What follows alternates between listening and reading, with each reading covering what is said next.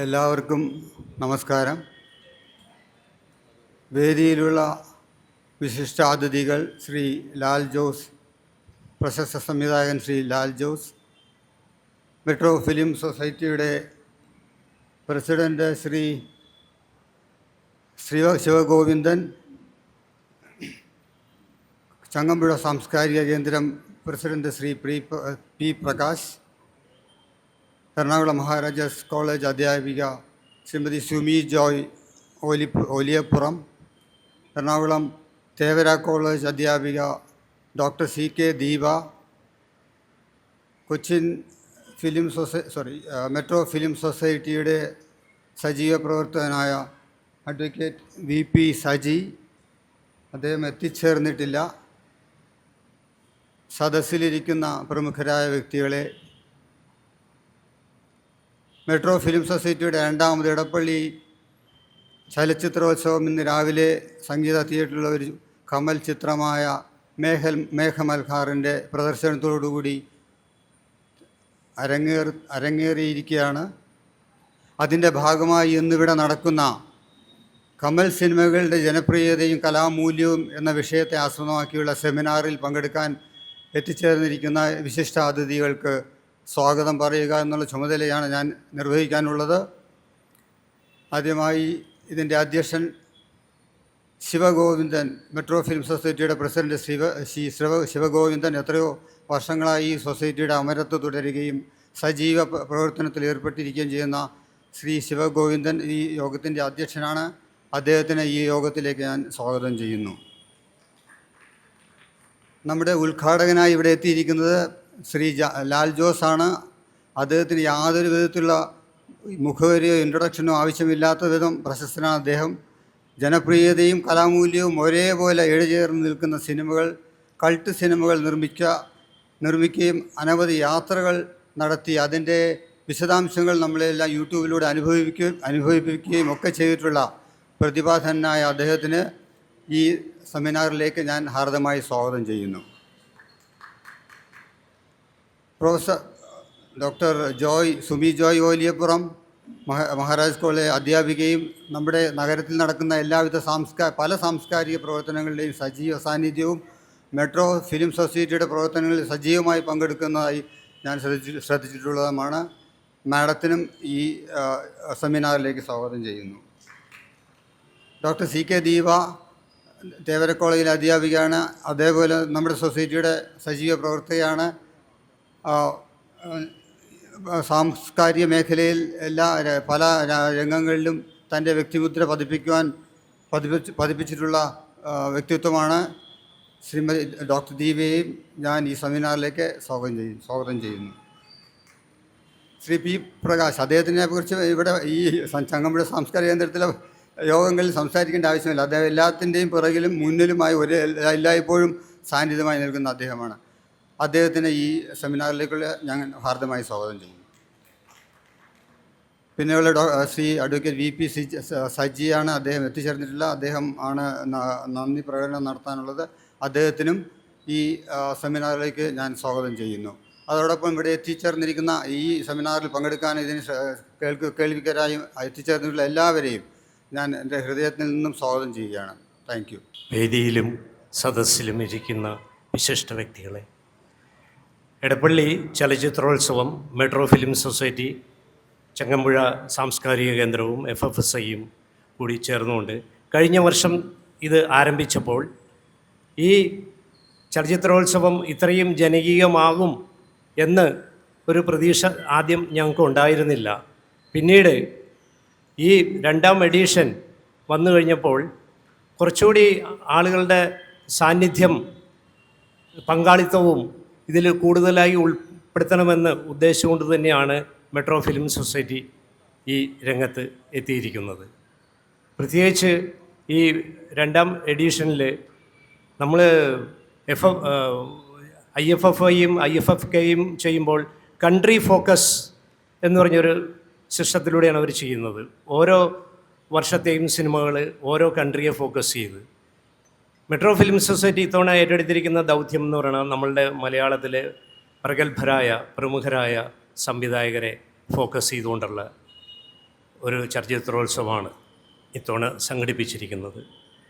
അത് 5 ദിവസങ്ങളിലായി ഇന്ന് രാവിലെ കമൽ സാറിൻ്റെ മേഘമൽഹാർ നമ്മളുടെ എല്ലാവരുടെയും പ്രിയങ്കരനായ ദിനേശ് PRO ഉദ്ഘാടനം നിർവഹിച്ചു. ഇന്ന് കറുത്ത പക്ഷികൾ ആണ് ഇന്നിവിടെ പ്രദർശിപ്പിക്കുന്നത്. അപ്പോൾ സമയം ഞാൻ കൂടുതൽ എടുക്കുന്നില്ല. ഇവിടെ വന്നിരിക്കുന്ന എല്ലാവരെയും ഈ വേദിയിലേക്ക് സ്വാഗതം ചെയ്തുകൊണ്ട് നിർത്തുന്നു. നന്ദി, നമസ്കാരം. അടുത്തതായിട്ട് ഇത് ഉദ്ഘാടനം ചെയ്യുവാനായി ലാൽ ജോർജ് സാറിനെ ക്ഷണിച്ചുകൊള്ളുന്നു. വേദിയിലും സദസ്സിലുമുള്ള ബഹുമാന്യർ, ഞാനൊരു നല്ല പ്രാസംഗികനല്ല.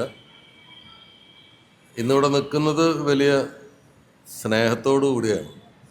കമൽ സാറിനോടുള്ള സ്നേഹം. ഞങ്ങൾ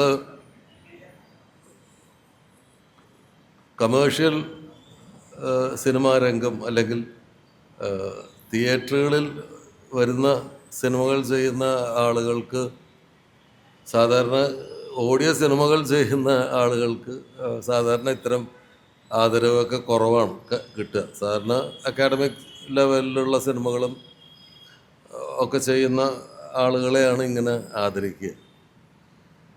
കമൽ സാറിനെ കുറിച്ച് ആധികാരികമായിട്ട് എനിക്ക് പറയാവുന്ന കാര്യം എന്ന് പറഞ്ഞാൽ, ഞാൻ അദ്ദേഹത്തോടൊപ്പമാണ് അസിസ്റ്റൻറ്റ് ഡയറക്ടറായിട്ട് പ്രവർത്തിച്ച് തുടങ്ങുന്നത്. ഒരു സിനിമയുടെ ഷൂട്ടിംഗ് ഞാൻ ആദ്യമായിട്ട് കാണുന്നത് അദ്ദേഹത്തോടൊപ്പം വർക്ക് ചെയ്യുമ്പോഴാണ്.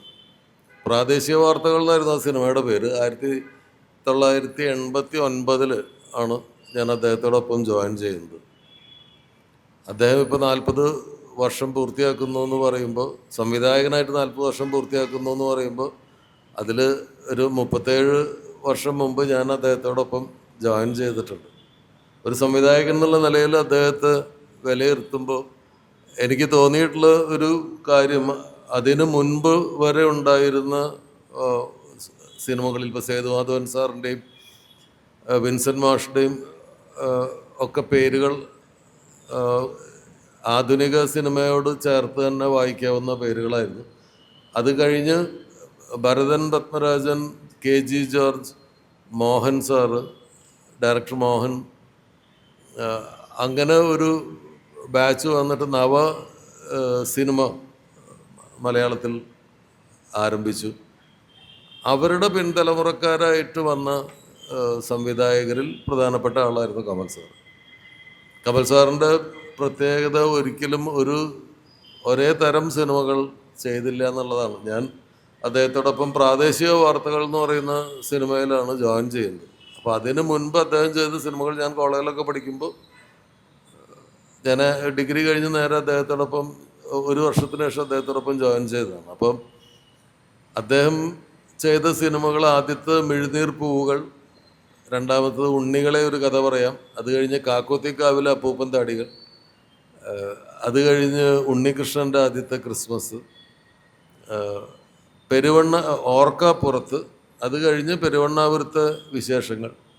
അടുത്ത സിനിമയിലാണ് ഞാൻ ജോയിൻ ചെയ്യുന്നത്. അപ്പോൾ ഈ സിനിമകൾ ശ്രദ്ധിച്ചാൽ തന്നെ അറിയാം, ഈ സിനിമകളുടെ വിഷയങ്ങൾക്ക് പരസ്പരം യാതൊരു ബന്ധവുമില്ല. അല്ലെങ്കിൽ ഇപ്പോൾ ചില സംവിധായകരുടെ, കമേഴ്ഷ്യൽ സിനിമാ രംഗത്ത് നിലനിൽക്കുന്ന പല സംവിധായകരുടെയും ഫിലിമോഗ്രഫി എടുത്താൽ, അവരുടെ സിനിമകൾ ഓരോ കാലഘട്ടത്തിൽ നോക്കിയാൽ, ആ സിനിമകളിൽ ആ കാലത്തെ ഏറ്റവും പ്രസിദ്ധരായിട്ടുള്ള, ഏറ്റവും മാർക്കറ്റുള്ള റൈറ്റേഴ്സ് ആരാണ്, മാർക്കറ്റുള്ള സിനിമാറ്റോഗ്രാഫർ ആരാണ്, മാർക്കറ്റുള്ള ആക്ടേഴ്സ് ആരൊക്കെ ആയിരുന്നു എന്നൊക്കെ നമുക്ക് മനസ്സിലാവും. കാരണം അത്രയും സേഫ് സോണിൽ അവരൊക്കെ കളിച്ചുകൊണ്ടിരുന്ന സമയത്ത് കമൽ സാറിൻ്റെ സിനിമകൾ പരിശോധിക്കുമ്പോൾ താരതമ്യേന പുതിയ എഴുത്തുകാരാണ് അദ്ദേഹത്തിന് വേണ്ടിയിട്ട് തിരക്കഥകൾ എഴുതിയിട്ടുള്ളത്. താരതമ്യേന എന്താ പറയേണ്ട, വ്യത്യസ്തങ്ങളായിട്ടുള്ള വിഷയങ്ങൾ സിനിമയ്ക്ക് വേണ്ടി സെലക്ട് ചെയ്തിരുന്നത്. അല്ലെങ്കിൽ ഒരു കമേഴ്ഷ്യൽ വിജയത്തിന് വേണ്ടി മാത്രം അതാത് കാലത്ത് വിറ്റുപോകുന്ന തരം വിഷയങ്ങൾ അദ്ദേഹം സ്വീകരിച്ചിരുന്നില്ല. ആ നിലയ്ക്ക് വളരെ ബ്രേവായിട്ടുള്ള ഒരാളായിരുന്നു. ഞാൻ നേരിട്ട് മനസ്സിലാക്കിയിട്ടുള്ള കാര്യം എന്ന് പറഞ്ഞാൽ, സിനിമയെ എന്നും ഭയങ്കര പാഷനേറ്റായിട്ട് സമീപിച്ചിട്ടുള്ള ഒരാളാണ്. സിനിമയോട് ഭയങ്കര സ്നേഹവും സിനിമ ഭയങ്കര കൊതിയുമാണ്.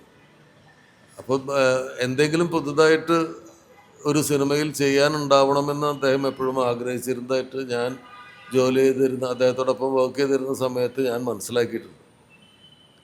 ഏറ്റവും രസകരമായിട്ടുള്ള കാര്യം, ഞാൻ അദ്ദേഹത്തോടൊപ്പം ജോയിൻ ചെയ്തത് അദ്ദേഹത്തിൻ്റെ ആറാമത്തെ പടത്തിലാണ്. ഞാൻ ആദ്യമായി കാണാൻ ചെല്ലുമ്പോൾ അദ്ദേഹത്തിന് ജലദോഷമാണ്. പിറ്റേ ദിവസം സിനിമ ഷൂട്ടിംഗ് തുടങ്ങുകയാണ്. ജലദോഷവും പനിയാണ്.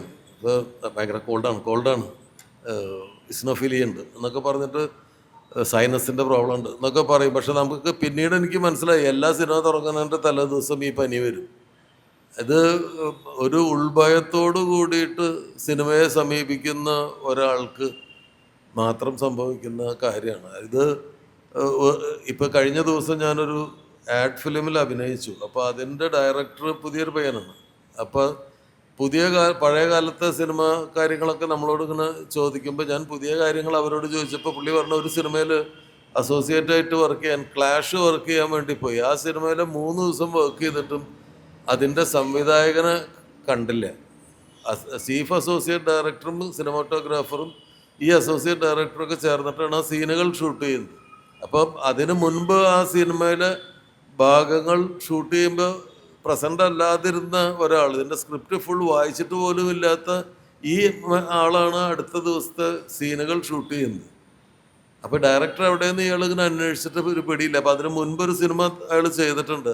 അപ്പോൾ അതിൻ്റെ നെറ്റിലെ ചില ഡീറ്റെയിൽസ് എടുത്തിട്ട് ഈ സംവിധായകൻ്റെ മുഖം അയാൾ മനസ്സിലാക്കി. പിന്നെ ഒരു പ്രൊഡക്ഷൻ ബോയോട് ചോദിച്ചു, ഈ സംവിധായകൻ എവിടെയാണുള്ളത്, ഇവിടെ എവിടെയെങ്കിലും ഉണ്ടോ? അപ്പോൾ 5 കാരവനുകൾ കിടക്കുന്നുണ്ട്, ഡബിൾ ഡോർ കാരവൻ, അതിലേതിൻ്റെങ്കിലും ഉള്ളിൽ ഉറങ്ങുന്നുണ്ടാവും എന്ന് പറഞ്ഞു. ഈ 3 ദിവസവും ഈ സംവിധായകനെ കണ്ടിട്ടില്ല. പടം വിജയിച്ചാൽ അദ്ദേഹം പ്രത്യക്ഷപ്പെടും, പടം പരാജയപ്പെട്ടാൽ അദ്ദേഹത്തെ ആർക്കും അറിയില്ല. അപ്പം അങ്ങനെ സിനിമയെ സമീപിക്കുന്ന ആളുകൾ അത് പണ്ടുണ്ട്. അതിനടുത്ത് പുതിയൊരു വിഷയമല്ല, പണ്ടുണ്ട്. ഞാൻ ഒരുപാട് പേരുടെ കൂടെ അസോസിയേറ്റായിട്ട് വർക്ക് ചെയ്തിട്ടുണ്ട്. കമൽ സാറിൻ്റെ കൂടെ ഒരു 16 സിനിമകളിൽ അസിസ്റ്റൻ്റായിട്ട് വർക്ക് ചെയ്തതിന് ശേഷം ഞാൻ മറ്റ് സംവിധായകരുടെ കൂടെ അസോസിയേറ്റായിട്ട് വർക്ക് ചെയ്യാൻ പോയി തുടങ്ങിയപ്പോഴാണ് എന്താണ് കമൽ സാറിൽ നിന്ന് ഞാൻ പഠിച്ചത് എന്നുള്ളത് മനസ്സിലാക്കിയത്. ഇത് നമ്മൾ ഭയങ്കര ഗൗരവത്തോടു കൂടിയിട്ടാണ് ഈ കാര്യത്തെ കാണുന്നത്. ഈ സിനിമ എന്ന് പറയുന്ന ഫിലിം മേക്കിങ്ങിനെ കാണുന്നത് അത്യന്തം ഗൗരവ ബുദ്ധിയോട് കൂടിയിട്ടാണ്. നമ്മൾ ഇതിൽ നിന്ന് വരുന്ന പണത്തിനെ കുറിച്ചൊന്നും ആലോചിച്ചിട്ടില്ല. ആ കാലത്ത് ഒരു അസോസിയേറ്റ് ഡയറക്ടർക്ക് എത്ര രൂപ ശമ്പളം കിട്ടുന്നതെന്ന് എനിക്കറിയില്ല. ആ പടങ്ങളിൽ പോയി അവർ തന്നത് മേടിച്ച് പോകുന്നല്ല. നമ്മളുടെ എക്സൈറ്റ്മെൻറ്റ് ആ പുതിയൊരു സ്ഥലത്ത് വർക്ക് ചെയ്യാനും പുതിയൊരു സ്കൂളിൽ അറ്റൻഡ് ചെയ്യുക എന്നുള്ളതുമായിരുന്നു അന്നത്തെ ഇത്. അപ്പോൾ ഓരോ സ്ഥലത്ത് ചെല്ലുമ്പോഴും ലാൽ ജോസാണ് അസോസിയേറ്റ് ഡയറക്ടർ എന്ന് പറയുമ്പോൾ അവിടെ ഉള്ള നടീനടന്മാരും അവിടുത്തെ ടെക്നീഷ്യൻസും എനിക്ക് തന്നിരുന്നൊരു റെസ്പെക്റ്റ് ഉണ്ട്. ആ റെസ്പെക്റ്റ് കമൽ സാറിനുള്ളതാണ്. കമൽ സാറിൻ്റെ സ്കൂളിൽ നിന്ന് വരുന്ന ഒരാളാണ്. ഇയാൾ ഭയങ്കര ഗൗരവക്കാരനാണ്, ഇയാൾ ദേഷ്യക്കാരനായിരിക്കും, സ്ട്രിക്റ്റ് ആയിരിക്കും എന്നൊക്കെ ഒരു ധാരണ ഞാൻ ചെന്ന് ഇറങ്ങുമ്പോൾ തന്നെ ഉണ്ട്. അതെനിക്ക് കാര്യങ്ങൾ ഒരുപാട് എളുപ്പമാക്കിയിട്ടുണ്ട്. അപ്പോൾ കമൽ സാറിൽ നിന്ന് പഠിച്ചൊരു കാര്യം തന്നെയാണ് പിന്നീട് എൻ്റെ കരിയറിലും ഞാൻ ഫോളോ ചെയ്തിട്ടുള്ളത്. എൻ്റെ സിനിമകൾ അങ്ങനെ ചർച്ച ചെയ്യപ്പെടേണ്ട സിനിമകളാണെന്നൊന്നും ഞാൻ വിശ്വസിക്കുന്നില്ല. പക്ഷേ ഒരു 10-27 കൊല്ലം ഇവിടെ സംവിധായകനായിട്ട് നിലനിൽക്കാൻ എന്നെ സഹായിച്ചത് കമൽ സാറിൻ്റെ സെറ്റിൽ അദ്ദേഹത്തിൽ നിന്ന് പഠിച്ച ഡിസിപ്ലിൻ, ഇതിനോട് നമ്മൾക്ക് ഉണ്ടാകേണ്ട സീരിയസ്നെസ്, ഇത് തമാശക്കളിയല്ല എന്നുള്ളൊരു കാര്യം. അതുപോലെ ഈ പണം മുടക്കുന്ന നിർമ്മാതാവ് അദ്ദേഹത്തിൻ്റെ പണത്തിനോടുള്ള ഒരു നമ്മുടെ കമ്മിറ്റ്മെൻ്റ് ഉണ്ട്. നമ്മളുടെ ഒരു കലാസൃഷ്ടിക്ക് വേണ്ടിയിട്ട് ഒരാളയാളുടെ ജീവിതകാല സമ്പാദ്യം മുഴുവൻ ചെലവഴിക്കുകയാണ്. അപ്പോൾ അത് എത്രമാത്രം ഗൗരവബോധത്തോടു കൂടി എടുക്കണം എന്നുള്ളതൊക്കെ ഞാൻ പഠിക്കുന്നത് കമൽ സാറിൽ നിന്നാണ്. കമൽ സാറിൻ്റെ സിനിമകളിൽ അദ്ദേഹം ഒരു റൊമാൻറ്റിക്കായ ചലച്ചിത്രകാരനാണെന്നാണ് ഞാൻ കരുതുന്നത്. ഭയങ്കര റൊമാൻസ് എന്ന് പറയുമ്പോൾ ഈ കാലത്ത് ഇത്തിരി സൂക്ഷിച്ച് ഉപയോഗിക്കേണ്ട വാക്കാണ്. അത് സ്ത്രീകളുമായിട്ടുള്ള റൊമാൻസിനെ കുറിച്ചല്ല ഞാൻ പറഞ്ഞത്. പ്രകൃതിയോട് ഈ കലയോട് ഒക്കെ പുലർത്തുന്ന റൊമാൻറ്റിക്കായിട്ടുള്ള അപ്രോച്ച് എന്ന് പറയുന്നത് ഉണ്ടായിരുന്ന ഒരാളാണ്. അദ്ദേഹത്തിൻ്റെ സിനിമകളിൽ ഒരുപാട് പുതിയ തിരക്കഥാകൃത്തുക്കൾ, അപ്പോൾ ടി ആർ റസാക്ക്, രഞ്ജിത്ത്, അവരുടെയൊക്കെ തുടക്കകാല സിനിമകൾ കമൽ സാറിൻ്റേതായിരുന്നു.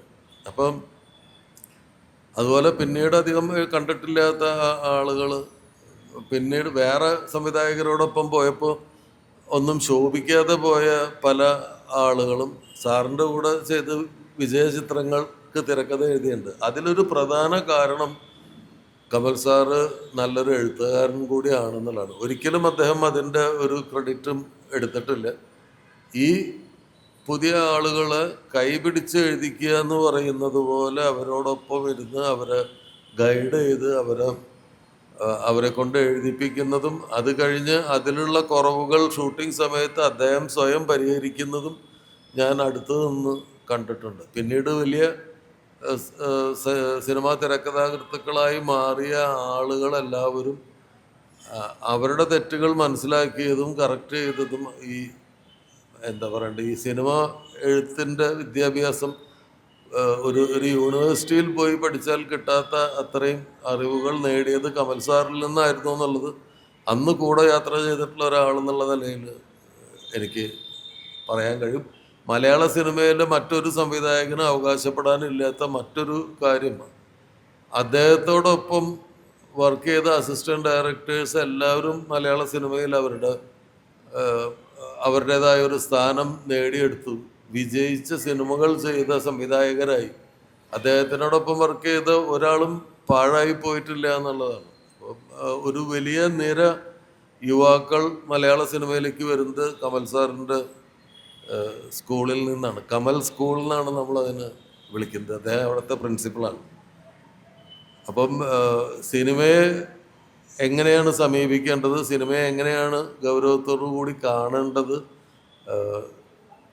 സിനിമ അതിൽ നിന്ന് ലഭിക്കുന്ന പണത്തിനേക്കാൾ ഉപരി അത് ചെയ്യുമ്പോൾ കിട്ടുന്ന ഒരു ലഹരിയെ ആണ് നമ്മൾ ആസ്വദിക്കേണ്ടത് എന്നൊക്കെ പഠിപ്പിച്ചു തന്നും ഒരു പുതിയൊരു തലമുറയെ മലയാള സിനിമയ്ക്ക് സംഭാവന ചെയ്ത ആളെന്നുള്ള നിലയിലും കമൽ സാറിന് ഓർമ്മിക്കപ്പെടേണ്ടതുണ്ട്. അദ്ദേഹത്തിൻ്റെ സിനിമകൾ അതാത് കാലഘട്ടത്തിൻ്റെ മാറ്റങ്ങളും അഭിരുചികളും ഒക്കെ സ്വീകരിച്ച് മുന്നോട്ട് പോകാൻ അദ്ദേഹം ശ്രമിച്ചിട്ടുണ്ട്. അദ്ദേഹത്തിന് കഴിഞ്ഞിട്ടുമുണ്ട്. വീണ്ടും തുടർന്നും അദ്ദേഹത്തിൻ്റെ സിനിമാ യാത്ര വളരെ എന്താ പറയണ്ട ഫ്രൂട്ട്ഫുള്ളായി മുന്നോട്ട് പോകട്ടെ എന്ന് ഞാൻ ആശംസിക്കുന്ന ഒരു ശിഷ്യൻ എന്നുള്ള നിലയിൽ അദ്ദേഹത്തോട് നന്ദി പറയാൻ ഈ അവസരം ഉപയോഗിക്കുന്നു. എൻ്റെ ജീവിതത്തിനൊരു ദിശാബോധം ഉണ്ടാക്കി തന്നതും എൻ്റെ ജീവിതത്തിനൊരു അടുക്കും ചിട്ടയും ഉണ്ടാക്കി തന്നതും എനിക്കൊരു ജീവിതമാർഗം ഉണ്ടാക്കി തന്നതും അദ്ദേഹമാണ്. ഇപ്പോൾ സിനിമയിലെ എൻ്റെ പിതാവാണ്. എല്ലാ ആശംസകളും അദ്ദേഹത്തിന് ദീർഘായുസ്സും ആയുരാരോഗ്യ സൗഖ്യവും ആശംസിക്കും. നന്ദി ലാൽ ജോസ് സാർ. സിനിമയെക്കുറിച്ചും കമൽ സാറിനെക്കുറിച്ചും ഒരു രേഖാചിത്രം നമുക്ക് വരച്ചു തന്ന് എന്താണ് സിനിമയെന്നും സിനിമയെ ഏത് സ്കൂളിൽ പഠിക്കണമെന്നും എല്ലാം വിശദമായി പറഞ്ഞു തന്ന ലാൽ സാറിന് പ്രത്യേകം നന്ദി രേഖപ്പെടുത്തുന്നു.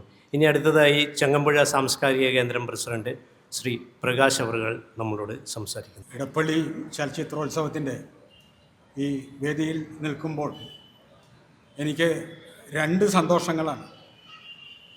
ഒന്ന്, ഇങ്ങനെ ഈ ഒരു ചലച്ചിത്രോത്സവം ഇവിടെ ആരംഭിക്കണം എന്ന് ആദ്യമായി പറഞ്ഞത് ഞാനാണ്.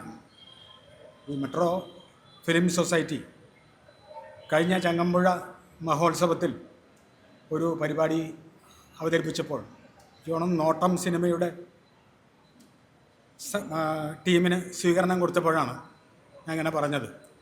അന്ന് വെറുതെ അങ്ങനെ പറഞ്ഞു എന്നുള്ളൂ, നിങ്ങളെ കമ്മിറ്റിയിലൊന്നും ഒരു തീരുമാനമൊന്നും എടുത്തിരുന്നില്ല.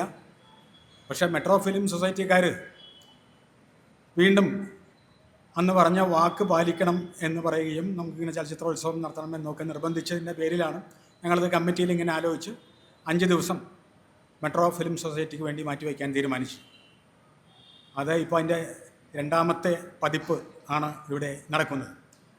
2ാമത്തെ സന്തോഷം ഇവിടെ കമലിനെ ആദരിക്കുന്നു എന്നതാണ്. ആ സന്തോഷത്തിൻ്റെ കാരണം കമൽ ചങ്ങമ്പുഴ സാംസ്കാരിക കേന്ദ്രത്തിൻ്റെ ഒരു അംഗമാണ് എന്നുള്ളതാണ്. കമലിൻ്റെ അമ്മാവനും ഞാനും മഹാരാജാസ് കോളേജ് മേറ്റ്സ് ആയിരുന്നു. എന്നെക്കാളൊക്കെ പ്രായം കൂടുതലുണ്ടായിരുന്നു അദ്ദേഹത്തിന്. ഞാൻ പ്രീ ഡിഗ്രിക്ക് മഹാരാജാസ് കോളേജിൽ ചേരുമ്പോൾ കമലിൻ്റെ അമ്മാവൻ അഷറഫ് പടിയൻ എന്നാണ് അദ്ദേഹം അറിയപ്പെട്ടിരുന്നത്. മഹാരാജാസ് കോളേജിൽ പഠിക്കുന്നുണ്ട്. പടിയൻ നിർമ്മിച്ച ത്രാസം എന്ന സിനിമയുടെ തിരക്കഥ എഴുതിക്കൊണ്ടാണ് കമൽ സിനിമാ രംഗത്തേക്ക് കടന്നു വരുന്നത്.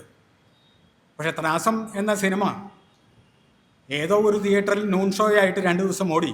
അതോടുകൂടി ത്രാസം പെട്ടിയിൽ വിശ്രമിക്കാൻ തുടങ്ങി. പടിയൻ ഒരു പെക്യുലർ ക്യാരക്ടറായിരുന്നു. പടിയൻ അന്ന് മഹാരാജാസ് കോളേജിൽ പടിയന് എന്നോട് പ്രത്യേകിച്ച് ഒരു സ്നേഹമുണ്ടായിരുന്നു. അതിന് കാരണം പടിയൻ അന്ന് മഹാരാജാസ് കോളേജിൽ 10-12 SFIക്കാരേ ഉള്ളൂ. പടിയൻ ഒരു SFIക്കാരനാണ്, ഞാനും അതിലൊരാളായിരുന്നു. ആ അടുത്ത കാലത്തൊന്നും SFI അവിടെ മഹാരാജാസ് കോളേജ് യൂണിയനിൽ ഭരണമൊന്നും പിടിച്ചു പറ്റാൻ സാധിച്ചിട്ടില്ല. KSU ഉണ്ടായിരുന്നില്ല അന്ന് ഒരു ഡെമോക്രാറ്റിക് ഫ്രണ്ട് എന്ന പേരിലുള്ള ഒരു സ്വതന്ത്ര സംഘടന വിദ്യാർത്ഥി യൂണിയനാണ് വളരെ കാലത്തോളം മഹാരാജാസ് കോളേജിൻ്റെ യൂണിയൻ ഭരിച്ചിരുന്നത്. അതിനൊക്കെ ശേഷമാണ് വളരെ കാലത്തിന് ശേഷം S രമേശൻ വന്നപ്പോഴാണ് SFIയുടെ ഒരു ചെയർമാൻ മഹാരാജാസ് കോളേജിൽ ഉണ്ടാവുന്നത്. അപ്പോൾ ഈ പടിയൻ ഒരു പ്രത്യേക ക്യാരക്ടറായിരുന്നു എന്ന് ഞാൻ പറഞ്ഞല്ലോ. പടിയന് കാഴ്ചയ്ക്കും ഒരു പ്രത്യേകത ഉണ്ടായിരുന്നു.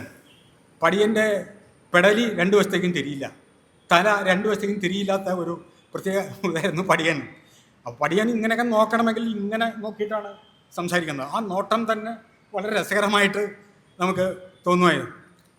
അപ്പോൾ ഈ പടിയൻ ഈ കോളേജ് ഡേ ഒക്കെ നടക്കുമ്പോൾ പെൺകുട്ടികളുടെ ഭാഗത്തേക്ക് പാമ്പിനെയും മറ്റൊക്കെ ഈ കൊട്ടയിൽ കൊണ്ടുവന്ന് അഴിച്ചു വിടുകയൊക്കെ ചെയ്യുന്നു. അത്തരം വലിയ അക്രമങ്ങളൊക്കെ ചെയ്തിട്ടുള്ള ഒരു ആളായിരുന്നു ഈ പടിയൻ.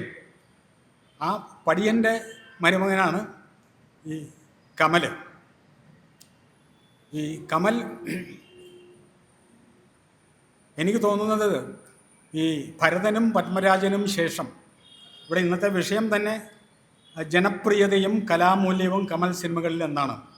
ഈ കലാമൂല്യവും പ്രിയതയും ഒന്നിച്ചു ചേർന്ന സിനിമകൾ മലയാളത്തിന് സമ്മാനിച്ച ഒരു സംവിധായകൻ എന്ന നിലയ്ക്ക് ഓർമ്മിക്കപ്പെടേണ്ട ഒരാളാണ്. കമലിനെ ഞാൻ ഏറ്റവും ആദരിക്കുന്നത് നമ്മുടെ മലയാള സിനിമയെ സംബന്ധിച്ച് മലയാളത്തിൽ ബയോളജിക്കൽ മൂവീസ് വളരെ കുറവാണ്. വിരലിൽ എണ്ണാവുന്ന ബയോ പിക്ചർസ് മാത്രമേ മലയാളത്തിൽ ഉണ്ടായിട്ടുള്ളൂ. അതിൽ എണ്ണപ്പെട്ട 2 ചിത്രങ്ങൾ സംവിധാനം ചെയ്തത് കമലാണ്. നേരത്തെ ഉണ്ടായിട്ടുള്ള ഈ ബയോളജിക്കൽ പിക്ചർ എന്നൊക്കെ പറയാവുന്നത് കുഞ്ഞാലി മരയ്ക്കാറ് പോലെയൊക്കെയുള്ള തച്ചോളിയോദേനൻ ഒക്കെയാണ്. അതിനൊന്നും നമുക്ക് ബയോപിക് എന്ന് പറയാൻ പറ്റില്ല, ഹിസ്റ്റോറിക്കൽ ഫിലിം എന്നൊക്കെ പറയാൻ പറ്റുള്ളൂ. അടുത്ത കാലത്തുണ്ടായ പഴശ്ശിരാജയും ആ ഗണത്തിൽപ്പെടുത്താവുന്നതാണ്. ഇപ്പോൾ വിനയൻ സംവിധാനം ചെയ്ത 19-ാം നൂറ്റാണ്ട് അതും ബയോപിക് അല്ല, അത് സംവിധായകൻ്റെ കാഴ്ചപ്പാടിലുള്ള വളരെ സുന്ദരൻ ആയ ഒരു വേലായുധ പണിക്കരാണ് അതിൽ പ്രത്യക്ഷപ്പെടുന്നത്. പിന്നെ ഒരു ബയോപിക് എന്ന് ശ്രദ്ധേയമായ ഒന്ന് നമുക്ക് പറയാവുന്നത് VP സത്യനെ പറ്റി ജയസൂര്യ അഭിനയിച്ച ക്യാപ്റ്റൻ എന്ന ചിത്രമാണ്. എന്നും നിൻ്റെ മൊയ്തീൻ എന്നുള്ളത് അതും ബയോപിക് എന്നതിലേക്ക് എടുക്കാൻ പറ്റില്ല. മൊയ്തീൻ്റെയും കാഞ്ചനമാലയുടെയും പ്രേമകഥയാണ് അതിലെ പ്രതിപാദ്യം എങ്കിൽ കൂടിയും. അപ്പോൾ ആമിയും സെലുലോയിഡും നിർമ്മിച്ച നമുക്ക് സമ്മാനിച്ച സംവിധായകൻ എന്ന നിലയ്ക്കാണ് കമൽ മലയാള സിനിമാ ചരിത്രത്തിൽ എന്നും ഓർമ്മിക്കപ്പെടുക എന്ന് എനിക്ക് തോന്നുന്നു. സെലുലോയിഡ് മലയാള സിനിമയുടെ പിതാവിൻ്റെ കഥയാണ്. വിഗ്രതകുമാരൻ ഒക്കെ നിർമ്മിച്ച. അപ്പോൾ അങ്ങനെ ഒരു സിനിമ നിർമ്മിക്കണമെങ്കിൽ അപാരമായ ധൈര്യം ആവശ്യമാണ്. അത് വിജയിക്കുമോ എന്ന് പോലും സംശയം ഉണ്ടായിരുന്നു. പക്ഷേ അത് 7 അവാർഡുകൾ, ഏറ്റവും നല്ല ചലച്ചിത്രത്തിനുള്ളത് ഉൾപ്പെടെ 7 അവാർഡുകൾ നേടി. അതുപോലെ തന്നെ ആമി, കമലാസുരയ്യയുടെ കഥ, അത് 100 കോടി ക്ലബിൽ ഇടം നേടി എന്നുള്ളത്, ഒരു ബയോപിക്കൊക്കെ അങ്ങനെ 100 കോടി ക്ലബിൽ ഇടം നേടണമെന്നുണ്ടെങ്കിൽ അത് ഒരു അത്ഭുത സംഭവം തന്നെയാണ് എന്ന് മലയാള സിനിമയെ സംബന്ധിച്ച് എന്ന് പറയാം. അപ്പോൾ ഞാൻ ദീർഘിപ്പിക്കുന്നില്ല. ഒരു അപകടത്തിൽ പരിക്കേറ്റ് 2 മാസമായിട്ട് ഞാൻ വീട്ടിൽ വിശ്രമ ജീവിതം നയിക്കുകയായിരുന്നു. ഇന്ന് ഇങ്ങനെ ഈ ചലച്ചിത്രോത്സവത്തിൻ്റെ ആദ്യ ദിവസം ആയതുകൊണ്ട് വന്നതാണ്. അധികം നേരം നിന്നുകൊണ്ട് സംസാരിക്കാനും ബുദ്ധിമുട്ടുണ്ട്. ഇന്ന് 6 മണിക്ക് ഒരു കമ്മിറ്റിയും അവിടെയുണ്ട്. അതുകൊണ്ടാണ് ഉദ്ഘാടനം കഴിഞ്ഞാൽ ഞാൻ സംസാരിക്കും എന്ന് പറഞ്ഞത്. അതിന് മറ്റു 2 പ്രസംഗകരും എന്നോട് ക്ഷമിക്കും എന്ന് കരുതുന്നു. ഈ ചലച്ചിത്രോത്സവത്തിന് എല്ലാ ആശംസയും നേർന്നുകൊണ്ട് നിർത്തുന്നു. നന്ദി, നമസ്കാരം. നന്ദി പ്രകാശൻ സാർ. അദ്ദേഹം കമൽ സാറിൻ്റെ അടുത്തൊരു സുഹൃത്തും കൂടിയാണ്. അതുകൊണ്ടാണ് അദ്ദേഹത്തിന് ഇത്രയും വിശദമായിട്ട് കാര്യങ്ങൾ നമുക്ക് വിവരിക്കാൻ സാധിച്ചത്. ഇന്ന് നമ്മൾ കൂടിയിരിക്കുന്നതിൻ്റെ പ്രധാന വിഷയം തന്നെ ജനപ്രിയതയും കലാമൂല്യവും കമൽ സിനിമകളിൽ എന്ന സെമിനാറിനെ കുറിച്ചുള്ളൊരു ചർച്ചയാണ് ഇവിടെ നടക്കേണ്ടത്. അപ്പോൾ അതിൽ അടുത്തതായി പങ്കെടുക്കുന്നത് ഡോക്ടർ സുമി ജോയി ഓയിലിപ്പുറം സംസാരിക്കുന്നതായിരിക്കും. വേദിയിലിരിക്കുന്ന ബഹുമാന്യരെ, പ്രിയപ്പെട്ടവരെ, ഏതാണ്ട് 15 മിനിറ്റാണ് അനുവദിച്ചിരിക്കുന്നത്. മുഖവുരകളില്ലാതെ വിഷയത്തിലേക്ക് കടക്കുകയാണ്. കമലിനും മുഖവുരകൾ ആവശ്യമില്ലാത്ത സംവിധായകനാണ്. ഉണ്ണികളെ ഒരു കഥ പറയാം. കാക്കോത്തിക്കാവിലെ അപ്പൂപ്പത്താടികൾ ഇരിക്കുന്ന ഏറ്റവും പുതിയ തലമുറയിൽ പെടുന്ന സിനിമാ പ്രേക്ഷകർക്ക് പോലും, ഏറ്റവും ചെറിയ കുട്ടികൾക്ക് വരെ പ്രിയങ്കരമായിട്ടുള്ള ഒരു പറ്റം സിനിമകൾ. ആർട്സ് സിനിമകൾക്കും കൊമേഴ്സ്യൽ സിനിമകൾക്കും നടുവിൽ നിൽക്കുന്ന ഒരു മധ്യവർത്തി സിനിമ അല്ലെങ്കിൽ സമാന്തര സിനിമ എന്ന് പറയാവുന്ന, ബുദ്ധിജീവികൾക്ക് മാത്രമല്ല എന്നാൽ ബുദ്ധിജീവികൾക്ക് പ്രിയങ്കരമാകുന്ന വിധത്തിൽ അല്ലെങ്കിൽ ആസ്വാദ്യകരമാകുന്ന വിധത്തിലുള്ള ആഴമുള്ള വിഷയങ്ങൾ കൈകാര്യം ചെയ്യുന്നു. അതിനോടൊപ്പം തന്നെ സാധാരണക്കാർക്ക് ഇഷ്ടമാകുന്ന വിധത്തിൽ അത് അവതരിപ്പിക്കുന്നു. ഇത് രണ്ടും ചേർക്കുക എന്ന് പറഞ്ഞാൽ വളരെ പ്രയാസകരമായ കാര്യമാണ്. അത് സാധിച്ചെടുത്ത മലയാളത്തിലെ പ്രമുഖനായ ചലച്ചിത്ര സംവിധായകനാണ് കമൽ. കമലിൻ്റെ സിനിമകളിൽ ജനപ്രിയതയുടെ ഘടകങ്ങൾ പല ഘടകങ്ങളുണ്ട്. അത് ക്യാമറയിലാണെങ്കിലും ഭാഷയിലാണെങ്കിലും അത് അവതരിപ്പിക്കുന്ന രീതിയിലാണെങ്കിലും പാട്ടുകൾ, ഇപ്പം ചന്ദ്രകിരണത്തിൻ ചന്ദനമുണ്ണും ചകോര യുവമിഥുനങ്ങളെ, അദ്ദേഹത്തിൻ്റെ മിഴുനീർ പൂക്കൾ എന്ന് പറയുന്ന 1986 ഇറങ്ങിയ സിനിമയിലെ പാട്ടാണ്.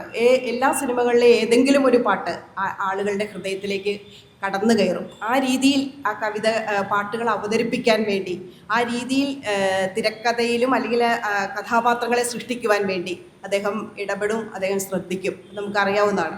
പെരുമ്പഴക്കാലത്തിലെ പാട്ടുകൾ എല്ലാവർക്കും പ്രിയങ്കരമായ പാട്ടുകളാണ്. ഗസലിലെ പാട്ടുകൾ പലതിലും പല സിനിമകളിലെയും പാട്ടുകൾ അങ്ങനെ തന്നെയാണ്. പക്ഷെ ഞാൻ എൻ്റെ കുറഞ്ഞ സമയം കൊണ്ട് ഞാൻ പറയാൻ ആഗ്രഹിക്കുന്നത്, കമലിൻ്റെ സിനിമകൾ ശ്രദ്ധേയമാകുന്നത് 2-3 ഘടകങ്ങളുണ്ട്. ഒന്ന്, മാനവിക പക്ഷത്ത് നിൽക്കുന്ന ഒരു സംവിധായകനാണ് എന്നുള്ളതാണ്. മനുഷ്യ സ്നേഹത്തെക്കുറിച്ച് അദ്ദേഹത്തിന് നല്ല ധാരണയുണ്ട്. പെരുമ്പഴക്കാലം എന്ന് പറയുന്ന സിനിമ അവസാനിക്കുമ്പോൾ നാളെയുടെ സ്നേഹമായി, സഹനമായി, ക്ഷമയായി ഇവരുണ്ടാകും എന്ന ഒരു വരി എഴുതി കാണിക്കുന്നത് പലരും ശ്രദ്ധിച്ചിട്ടുണ്ടാവും.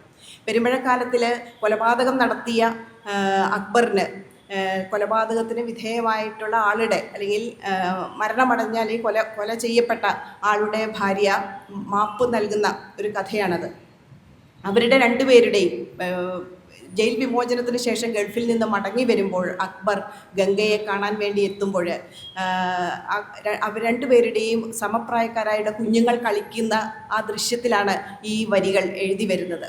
നാളെ ഒരുപക്ഷെ സ്വർഗരാജ്യത്തിന് വേണ്ടി കൊല്ലുകയും മനുഷ്യരെ കൊലപ്പെടുത്തുകയും കൂട്ടക്കൊല നടത്തുകയും ഒക്കെ ചെയ്തു കഴിഞ്ഞാൽ സ്വർഗരാജ്യം വളരെ എളുപ്പം ലഭ്യമാകുമെന്ന് പ്രചരിപ്പിക്കുന്ന ഒരു പറ്റം ആശയ സംഹിതകൾ നിൽക്കുന്നിടത്ത് സ്വർഗരാജ്യം എന്ന് പറയുന്നത് ക്ഷമിക്കുമ്പോഴാണ്, ആഴമുള്ള പരസ്പരം പങ്കുവെക്കലിലാണ് എന്ന ഒരു ആശയം അദ്ദേഹത്തിൻ്റെ എല്ലാ സിനിമകളിലും തന്നെ കൈമാറുന്നതായിട്ട് കാണാം. ഭാരത പര്യടനം എന്ന് പറയുന്ന മഹാഭാരതത്തിൻ്റെ വ്യാഖ്യാനം മാരാർ നടത്തുമ്പോൾ, മാരാരുടെ യുദ്ധത്തിൻ്റെ പരിണാമം എന്ന് പറയുന്ന അധ്യായത്തിൽ അദ്ദേഹം പറയുന്നുണ്ട്, എവിടെയാണ് യുദ്ധത്തിൻ്റെ പരിണാമം മഹാഭാരതത്തിൽ വിജയിച്ച പാണ്ഡവർക്കും അതീവ ദുഃഖവും നാശവും മാത്രമാണ് അവശേഷിപ്പിച്ചത്. അവസാനം വിജയിച്ചു എന്ന് കരുതുമ്പോൾ ശിബിരത്തിൽ ഉറങ്ങിക്കിടന്ന പാണ്ഡവപുത്രന്മാരെ അടുത്ത തലമുറയെ മുഴുവനും അശ്വത്ഥാത്മാവ് കൂട്ടക്കൊല നടത്തുകയാണ്. അപ്പം അതിനെ വ്യാഖ്യാനിക്കുമ്പോൾ അദ്ദേഹം പറയുന്നുണ്ട്, പരസ്പരമുള്ള പകയിൽ നിന്നും ആരംഭിച്ച ഈ യുദ്ധത്തിൻ്റെ പരമ്പരകളെ കുറിച്ച് അദ്ദേഹം സൂചിപ്പിക്കുന്നുണ്ട്. അതിനകത്ത് ഒരു പകയുടെ കഥ അദ്ദേഹം പറയുന്നത് ദ്രോണരിലും ദ്രുപദനിലും നിന്നുകൊണ്ടാണ്. ദ്രോണർ പാണ്ഡവരുടെയും കൗരവരുടെയും ഗുരുവാണെന്ന് നമുക്കറിയാം. പക്ഷേ ഒരു കാലത്ത് ദ്രുപദ മഹാരാജാവും ദ്രോണ മഹാരാജാവും ഒരുമിച്ച് ഒരു ശിബിരത്തിൽ ഒരുമിച്ച് ഗുരുകുലവാസം നടത്തിയവരാണ്. അന്ന് ദ്രുപദൻ പാഞ്ചാല മഹാരാജാവായ ദ്രുപദൻ തൻ്റെ സഹപാഠിയായിട്ടുള്ള ദ്രോണരോട് എൻ്റെ രാജ്യത്തിൻ്റെ പകുതി നിനക്ക് അവകാശപ്പെട്ടതായിരിക്കും എന്ന് ഒരു വാഗ്ദാനം നൽകിയിരുന്നു. പക്ഷെ പഠനത്തിന് ശേഷം രാജാവ് നൽകിയ വാഗ്ദാനം തൻ്റെ സതീർത്ഥനാണല്ലോ എന്ന് കരുതി ആ വാഗ്ദാനം ചോദിച്ച് ദ്രോണർ എത്തുമ്പോൾ ദ്രുപദൻ പരിഹസിക്കുകയാണ്. ആ രാജാവ് ഒരിക്കലും രാജാവിൻ്റെ സുഹൃത്താവില്ല. അതുകൊണ്ട് നിനക്ക് എന്തൊരു അവിവേകമാണ് രാജാവിൻ്റെ മുമ്പിൽ വന്ന് പണ്ട് ഒരുമിച്ച് പഠിച്ചിരുന്നു എന്നതിൻ്റെ പേരിൽ പകുതി രാജ്യം ആവശ്യപ്പെടാൻ എന്ന ചോദ്യം ചോദിക്കുന്നുണ്ട്. അങ്ങനെ അപമാനിതരായി മടങ്ങിപ്പോകുന്ന ദ്രോണർ ആ പക തൻ്റെ അപമാനം മാറ്റുവാൻ വേണ്ടി പിന്നീട് തിരിച്ചു വന്ന് കൗരവരുടെയും പാണ്ഡവരുടെയും ഗുരുവായി മാറുന്നു. അപ്പോഴും അദ്ദേഹം ആവശ്യപ്പെടുന്ന ഗുരുദക്ഷിണ ഈ പറയുന്ന പാഞ്ചാല രാജാവിനെ പിടിച്ചുകൊണ്ടുവന്ന് തൻ്റെ മുമ്പിൽ കൊണ്ടുവരണമെന്നുള്ളതാണ്. അത് ഏറ്റെടുക്കാൻ തയ്യാറായ അർജുനനോട് പ്രത്യേക വാത്സല്യം കാണിക്കുന്നു. ഇത് കൗരവർക്കിടയിൽ വീണ്ടും ഒരു വൈഷമ്യം ഉണ്ടാക്കിയാണ്.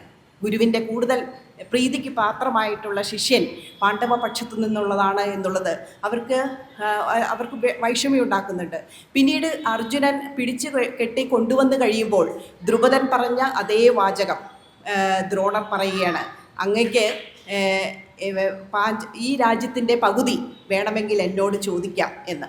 അങ്ങനെ അപമാനിതനായി പോകുന്ന ദ്രുപദ രാജാവ് ആ കോപം ആ പക തീർക്കുവാൻ വേണ്ടി തൻ്റെ മകൻ ദൃഷ്ടദ്യുമ്നനെ വളർത്തിക്കൊണ്ടുവരുന്നു. ദൃഷ്ടദ്യുമ്നൻ അടിച്ചു വീഴ്ത്തുകയാണ് ദ്രോണരെ.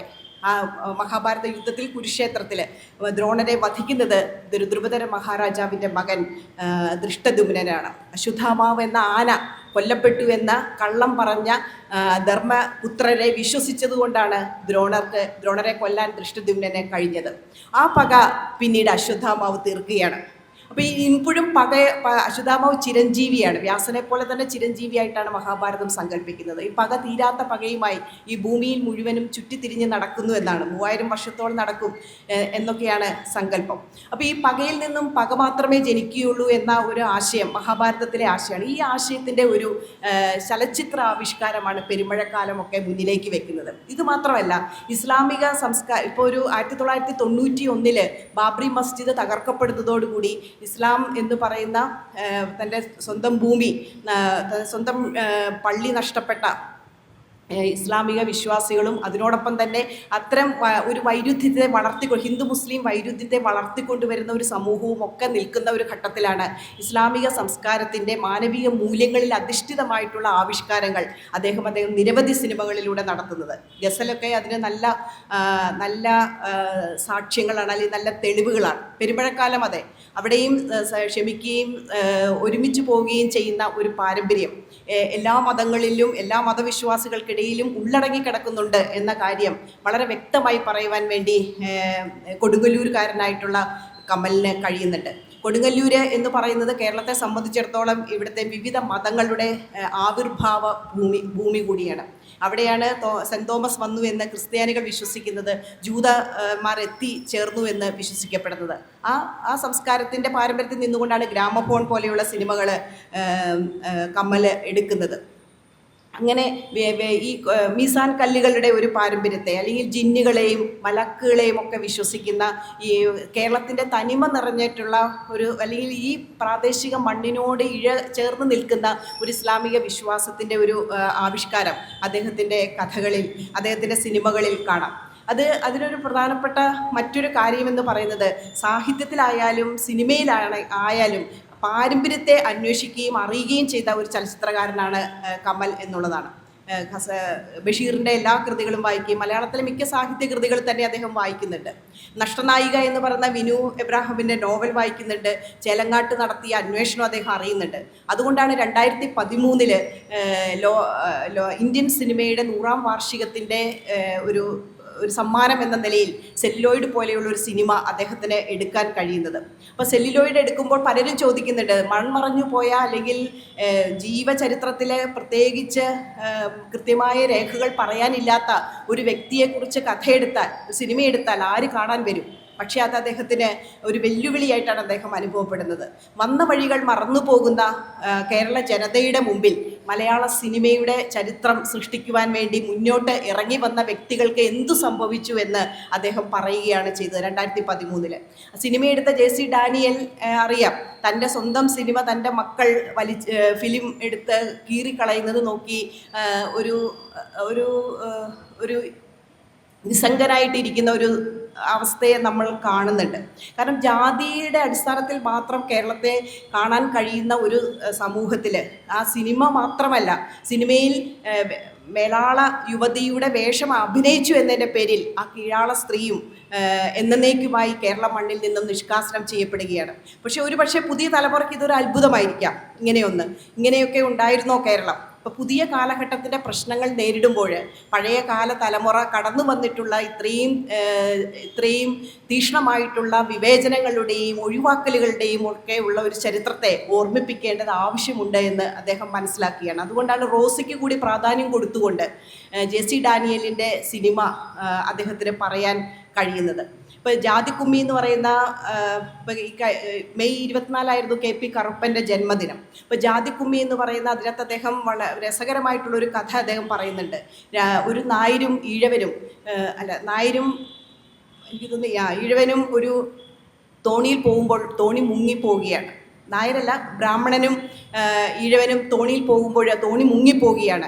വെള്ളമണലിൽ പറ്റിക്കിടന്ന് രണ്ടുപേരും വെള്ളം കുടിക്കുകയാണ്. ആ സമയത്ത് മരണം അടുത്ത് നിൽക്കുമ്പോൾ ഈ ബ്രാഹ്മണനായിട്ടുള്ള മനുഷ്യൻ അല്ലെങ്കിൽ നമ്പൂതിരി മനുഷ്യൻ ഈ കുടിച്ച് ചാകാൻ പോകുന്ന ഈഴവനോട് കൈ കറക്കി കാണിക്കുകയാണ്. കലക്കി വെള്ളം കുടിക്കാനാണ് ആവശ്യപ്പെടുന്നത്.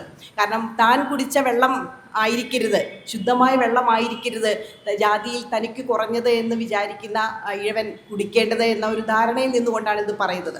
ഇത് തന്നെ ശുദ്ധരൻ എന്ന് പറയുന്ന കവിതയിൽ വള്ളത്തോളും പറയുന്നുണ്ട്. വീട് വെന്തെരിയാൻ പോവുകയാണ്, പക്ഷേ കുളത്തിൽ നിന്നും വെള്ളം എടുത്തൊഴിച്ചാൽ ഈ വീട് മൊത്തം തീയിൽപ്പെടുകയില്ല. അതുകൊണ്ട് താഴ്ന്ന വിഭാഗത്തിൽപ്പെടുന്ന എന്ന് കരുതപ്പെടുന്നവരെല്ലാം ഓടി ഈ നായരുടെ വീട് രക്ഷിക്കാൻ വേണ്ടി ഓടി വരുമ്പോൾ നായർ പറയുന്നുണ്ട്, വേണ്ട, അത് നീറായെങ്കിൽ നീറിപ്പൊക്കോട്ടെ, പക്ഷെ കുഴപ്പമില്ല, തൊട്ടശുദ്ധമാക്കരുത് എൻ്റെ കിണർ എന്ന് പറയുന്നുണ്ട്. അപ്പം വീട് പോയെങ്കിൽ, ഗ്രഹം പോയെങ്കിൽ അങ്ങ് ജാതിയെ രക്ഷിച്ചല്ലോ എന്ന് വള്ളത്തോൾ കളിയാക്കി പറയുന്നുണ്ട്. ഇത് ഞാൻ പറയാൻ കാരണം കറുത്ത പക്ഷികൾ എന്ന് പറയുന്ന അദ്ദേഹത്തിൻ്റെ വളരെ ശ്രദ്ധേയമായിട്ടുള്ള ചലച്ചിത്രത്തിൽ കണ്ണില്ലാത്ത കുഞ്ഞിന് കണ്ണ് കിട്ടിയാൽ, ആരെങ്കിലും സംഭാവന ചെയ്താൽ ലോകം കാണാൻ കഴിയും. ഒരു തമിഴ് കുടുംബത്തിലെ ബാലികയാണ് അവൾക്ക് കണ്ണു കൊടുക്കാൻ വേണ്ടി സവർണ വിഭാഗത്തിൽപ്പെടുന്ന പെൺകുട്ടി, സമ്പന്നയായിട്ടുള്ള സ്ത്രീ തയ്യാറുമാണ്. പക്ഷേ സമൂഹം അതിന് തയ്യാറാകുന്നില്ല, അവളുടെ കുടുംബം അതിന് തയ്യാറാകുന്നില്ല. ഒരു സാമ്പത്തികമായിട്ടും താഴ്ന്നു നിൽക്കുന്ന ഒരു തമിഴ് കുട്ടിക്ക് ഈ കണ്ണ് കൊടുക്കുന്നത് ശരിയല്ല എന്ന് പറയുന്നുണ്ട്. അവസാന ഭാഗത്ത് കമൽ മറ്റൊരു വാചകം ആ സിനിമയിൽ കേൾക്കാം. ഇങ്ങനെയുള്ള മനുഷ്യരുള്ള ഒരു ലോകത്ത് കാഴ്ച കിട്ടിയിട്ട് എന്ത് കാര്യം എന്ന് ചോദിക്കുന്നുണ്ട്. ഹു വാൻസ് ഫ്രീഡം എന്ന മതിലുകളിൽ ബഷീർ ചോദിച്ച അതേ ചോദ്യം. ബഷീറിനെ ഒരുപാട് ഇഷ്ടപ്പെടുന്ന ഒരു എഴുത്തുകാരൻ കൂടിയാണ്, അല്ലെങ്കിൽ ചലച്ചിത്രകാരൻ കൂടിയാണ് കമൽ. അപ്പം കേരള സമൂഹത്തിൻ്റെ ഇന്ന് നമുക്ക് പറയുവാണെങ്കിൽ മലയാളം എഴുതാനും വായിക്കാനും മലയാളികൾക്കറിയാമോ എന്ന് ചോദിച്ചാൽ ഇല്ല എന്ന് പറയേണ്ടി വരും, പുതിയ തലമുറ പ്രത്യേകിച്ചും. ഞാൻ ഒരു രസകരമായിട്ടൊരു കഥ അടുത്ത കാലത്ത് എൻ്റെ ഒരു സുഹൃത്ത് പറഞ്ഞത് ഓർക്കുന്നുണ്ട്. മലപ്പുറത്താണ് നടന്നത്. അപ്പം മാങ്ങ പറിക്കാൻ വേണ്ടി ഉയരത്തെ കൊമ്പിൽ നിന്നും പറിക്കാൻ വേണ്ടി ബാപ്പ പറയുമ്പോൾ ആ കുട്ടി പറയുകയാണ്, അയ്യോ ബാപ്പ, അവിടുന്ന് അത് നിഷ്പ്രയാസമാണ്, അത് പറിക്കാൻ പറ്റില്ല എന്ന്. അപ്പോൾ നിഷ്പ്രയാസം എന്ന് പറഞ്ഞാൽ, പ്രയാസം എന്നൊരു വാക്ക് അതിനകത്ത് ഉണ്ട് എന്നുള്ളത് കൊണ്ട് നിഷ്പ്രയാസം എന്ന് പറഞ്ഞു കഴിഞ്ഞാൽ പ്രയാസമാണെന്നാണ്. ഇങ്ങനെ വളരെ നിത്യജീവിതത്തിൽ നമ്മൾ ഉപയോഗിക്കുന്ന പല വാക്കുകളുടെയും അർത്ഥം. തിങ്കളെന്ന് ചോദിച്ചു കഴിഞ്ഞാൽ ഏതാണ് ദിവസമെന്ന് കുട്ടികൾ ചോദിക്കും, മൺഡേ എന്ന് പറഞ്ഞു കൊടുക്കണം. വ്യാഴം എന്ന് പറഞ്ഞു കഴിഞ്ഞാൽ ചോദിക്കും, തേഴ്സ്ഡേ എന്ന് പറഞ്ഞു കൊടുക്കണം. അങ്ങനെ നമ്മുടെ നിത്യജീവിതവുമായി ബന്ധപ്പെട്ടിട്ടുള്ള പല വാക്കുകൾ പോലും മറന്നു പോകുന്ന ഒരു സമയത്ത് മലയാളികളെ മലയാളം പഠിപ്പിക്കുന്ന ഒരു ഇടം കൂടിയായി. കാരണം മലയാളികൾ ഉണ്ടായത് തന്നെ മലയാള ഭാഷയുടെ ഈ കോർത്ത് നിന്നുകൊണ്ടാണ്. 96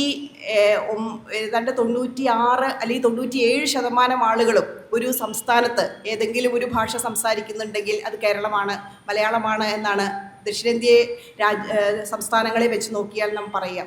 അപ്പോൾ പൊതുവായി നമ്മളെ ജാതിക്കും മതത്തിനും ഒക്കെ അപ്പുറത്ത് നമ്മളെ ഒരുമിപ്പിക്കുന്ന ഒരു ഘടകം കൂടിയാണ്. ആ ഘടകത്തിന്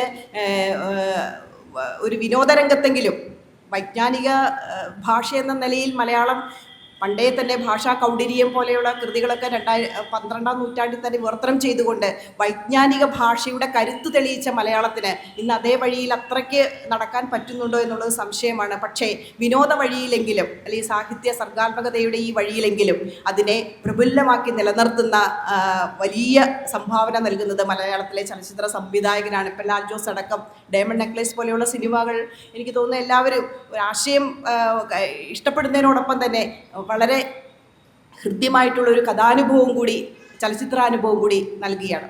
പെരുമഴക്കാലത്തിലെ മഴയുടെ ഇത്രയും മഴ അതിതീവ്രമായി ഇത്രയും രീതിയിൽ, കാരണം ശുദ്ധത നിറഞ്ഞ ആ കാലഘട്ടത്തിൻ്റെ അല്ലെങ്കിൽ ആ അനുഭവത്തിൻ്റെ എല്ലാ ആഴങ്ങളും അനുഭവിക്കുന്ന വിധത്തിൽ മഴ, പിറവിയിൽ നമ്മൾ കണ്ട ഒരു മഴയുണ്ട്, മറ്റൊരു മഴയാണ് പെരുമഴക്കാലത്തിൽ കാണുന്നത്. അവസാനം ആ മഴ തോരുകയും പ്രശാന്തമാവുകയും ചെയ്യുന്ന ഒരു ദൃശ്യവും നമുക്ക് കാണാൻ കഴിയും. അങ്ങനെ ക്യാമറയുടെ സാധ്യതകൾ ഉപയോഗിച്ചുകൊണ്ട്, സംഗീതത്തിൻ്റെ സാധ്യതകൾ ഉപയോഗിച്ചുകൊണ്ട്, തിരക്കഥയുടെ സാധ്യതകൾ ഉപയോഗിച്ചുകൊണ്ട്, ടി ആർ റസാക്കിനെ പോലെയുള്ളവരുടെ തിരക്കഥയിൽ, അതുപോലെ കലവൂർ രവികുമാറിനെ പോലെയുള്ളവരുടെ തിരക്കഥയിൽ, സെല്ലോയിഡ് പോലെയുള്ള സിനിമകളിൽ സ്വന്തം തിരക്കഥയിൽ, ഇങ്ങനെ തിരക്കഥകൾ ആരുടെ സ്വീകരിച്ചാലും തൻ്റെ കയ്യൊപ്പ് കൂടി, സംവിധായകൻ്റെ കലയാണ് സിനിമ എന്ന് പറയുന്നുണ്ട്, തൻ്റെ കയ്യൊപ്പ് കൂടി പകർത്തിക്കൊണ്ട് മലയാള സിനിമയെ ജനപ്രിയതയുടെയും സൗന്ദര്യത്തിൻ്റെയും ഒക്കെ രംഗത്ത് വളരെ ഭദ്രമാക്കി ഉറപ്പിച്ച ഒരു സംവിധായകനെക്കുറിച്ച് സംസാരിക്കാൻ അവസരം ലഭിച്ചതിനുള്ള സന്തോഷം അറിയിച്ചുകൊണ്ട് നിർത്തുന്നു. നന്ദി ഡോക്ടർ സുമി ജോയി. മലയാള സിനിമയുടെ പിതാവായിരുന്ന JC ഡാനിയലിനെ കണ്ടെത്താൻ ചേലങ്ങാട്ട് ഗോപാലകൃഷ്ണൻ നടത്തിയ പരിശ്രമം, ആ പരിശ്രമം അദ്ദേഹം ചില പത്രങ്ങളിലൂടെ അറിയിച്ചിരുന്നു എങ്കിലും അതിനെ ജനകീയമാക്കി എല്ലാ മലയാളികളുടെ മനസ്സിലെയും ഈ JC ഡാനിയൽ ആരായിരുന്നു എന്നും എന്തായിരുന്നു എന്നും നമുക്ക് മലയാളക്കരയ്ക്ക് കാണിച്ചു തന്ന ഒരു വ്യക്തി കൂടിയാണ് കമൽ സാർ. അദ്ദേഹം സെല്ലുലോയിഡ് എന്നുള്ളൊരു ചിത്രം നിർമ്മിച്ചില്ലായിരുന്നുവെങ്കിൽ ഇന്നും JC ഡാനിയൽ ആരാണെന്ന് മലയാളത്തിലെ കുറച്ച് ആളുകൾ മാത്രം അറിയേണ്ട ഒരു ഗതികേട് വരുമായിരുന്നു. അപ്പോൾ മലയാള സിനിമയ്ക്ക് അദ്ദേഹം ചെയ്ത ജനപ്രിയ ചിത്രങ്ങളിൽ ഒന്നാണ് സെല്ലുലോയിഡ്. പിന്നെ മറ്റ് സംഗീതത്തെക്കുറിച്ചും കലാമൂല്യത്തെക്കുറിച്ചും ഇവിടെ സംസാരിച്ചു. ഇനി അടുത്തതായിട്ട് സംസാരിക്കുന്നത് ഡോക്ടർ ദീപ CK. വേദിയിലിരിക്കുന്ന ബഹുമാന്യരെ, പ്രിയപ്പെട്ടവരെ,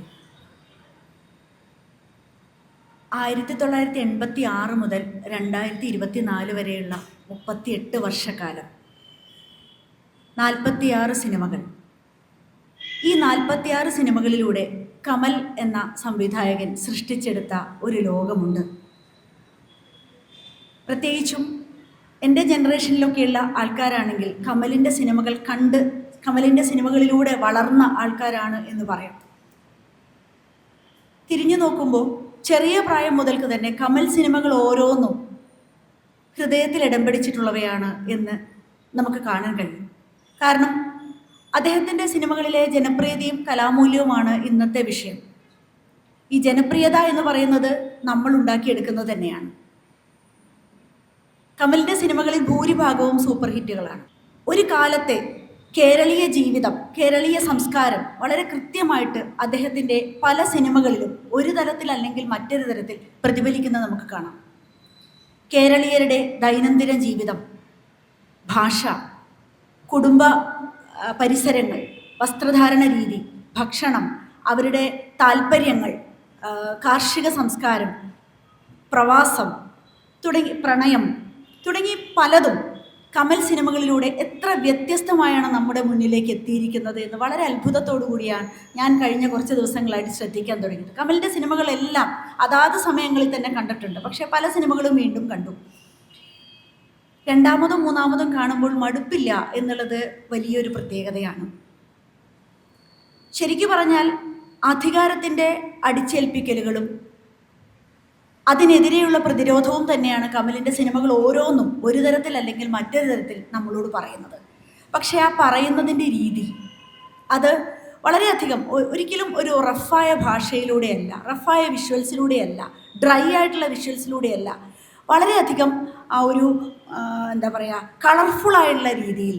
മിക്ക സിനിമകളുടെയും പ്രത്യേകത വളരെ മനോഹരമായിട്ടുള്ള പാട്ടുകളാണ്, സംഗീതമാണ്.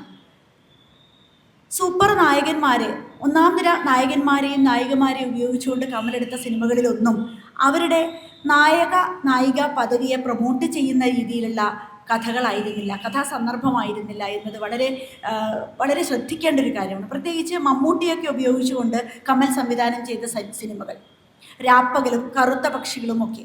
കാരണം അതിൽ മമ്മൂട്ടി എന്ന നടൻ്റെ ആകാര സൗഷ്ഠവം അതിൽ വിഷയമേ ആവുന്നില്ല. പകരം അദ്ദേഹത്തിൻ്റെ അഭിനയ സാധ്യതകളെ എത്രത്തോളം പുറത്തെടുക്കാമോ എന്നാണ്. അപ്പം ഇന്നിവിടെ അടുത്തതായി പ്രദർശിപ്പിക്കുന്നത് കറുത്ത പക്ഷികളാണ്. ശരിക്കും മമ്മൂട്ടിയുടെ അഭിനയ ജീവിതത്തിലെ വലിയൊരു വഴിത്തിരിവാണ് കറുത്ത പക്ഷികൾ എന്ന് നമുക്ക് കാണാൻ വേണ്ടി കഴിയും. അന്യദേശത്തു നിന്നും ഇവിടെ വന്ന് സാധാരണ ജോലി ചെയ്ത് ജീവിക്കുന്ന നിരവധി മനുഷ്യരെ നമുക്ക് ഇന്ന് കേരളത്തിൽ പല സ്ഥലങ്ങളിലും കാണാൻ വേണ്ടി പറ്റും.